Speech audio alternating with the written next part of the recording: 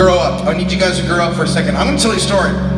This is an important story that, I gotta be honest, when I first started telling this story at the beginning of the tour, my beautiful wife, Marie, that's back there, and I see you, and my manager, Jimmy, one of my best friends, is like near her, and I don't think, Jimmy, get away from my wife, pervert. Okay, anyways, she was like, I said the story, and my wife was like, it's kind of a bum out. It's not a fucking bum out, this is meant to be uplifting. Well, she was like, well, maybe you gotta say that shit different. And I was like, what, like in Spanish or some shit? Well, this is the deal. I'll just let you know, this is not meant to be a bum out. What's up, baby birdie? What's going on? How are you? Okay, and you too, sir, you're fucking good looking. Okay. It's not meant to be a bum out. It's meant to be uplifting. So I'm gonna tell you the story. A few handful of years ago, Mr. Alon Rubin, who plays the drums, joined Angels and Airwaves. Fuck yes. And we started writing a record called The Dream Walker. And that was a fucking good record, but it was a left turn. It was a fucking good record.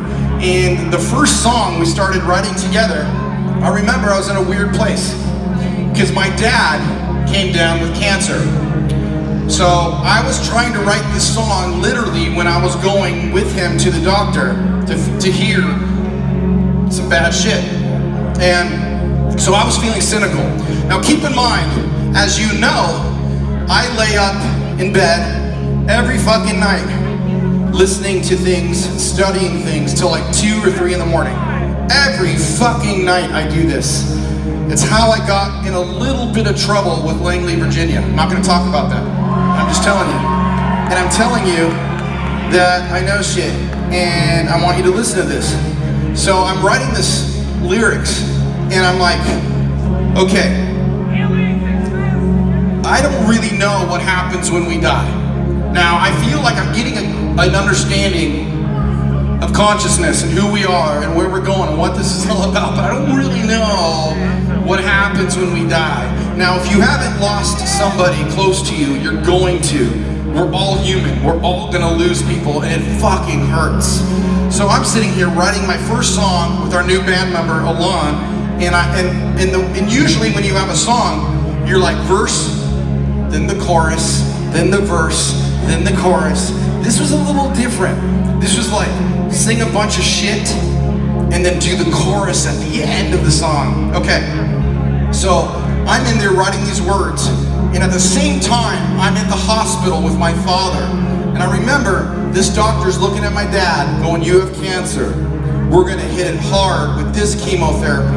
We're gonna hit it hard with this other kind of chemotherapy. We're gonna attack it fucking so strong. And my dad goes, guy, hey, what's really happening here? And I'll never forget this. There was like this long pause, and the doctor said, you have 18 months to live.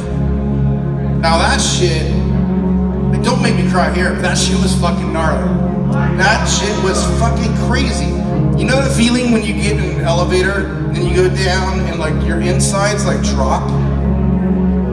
That's what it was. So I sit here and I go back to the studio and I'm like trying to write these words about like, you know, what happened.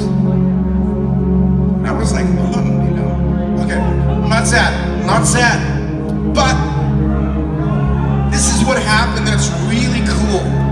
So my dad didn't last like 18 months, he lasted 6 months. And he was laying in hospice.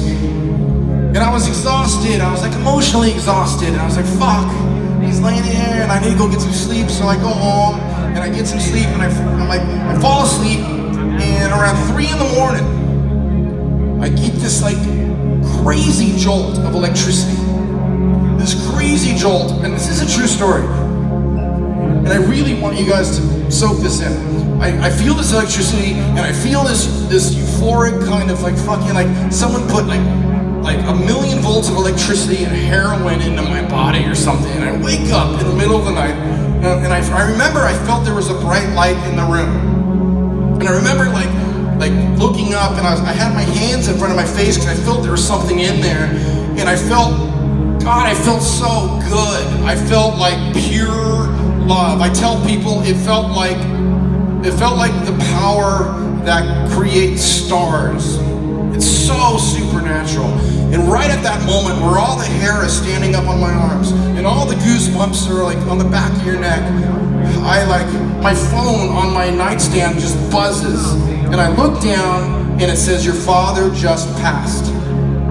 Now I know what that feeling was, because when his mom died, my grandmother, it was 4 in the afternoon, and I was sleeping again because I was up all night with her, and I felt the same fucking thing. It was a little bit less though. It was like 25% the power of this.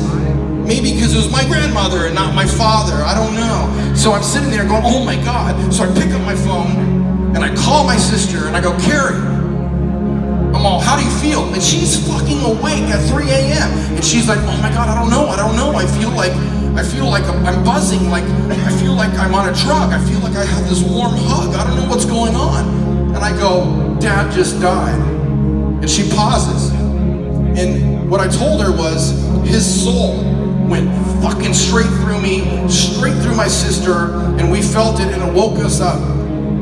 I go back to where he was at, and all the people are crying in the living room, and they're like, "Do you want to go see your father in the back?" And I was like, "No, he's not fucking in there. What are you talking about?" "Well, that's just his fucking body."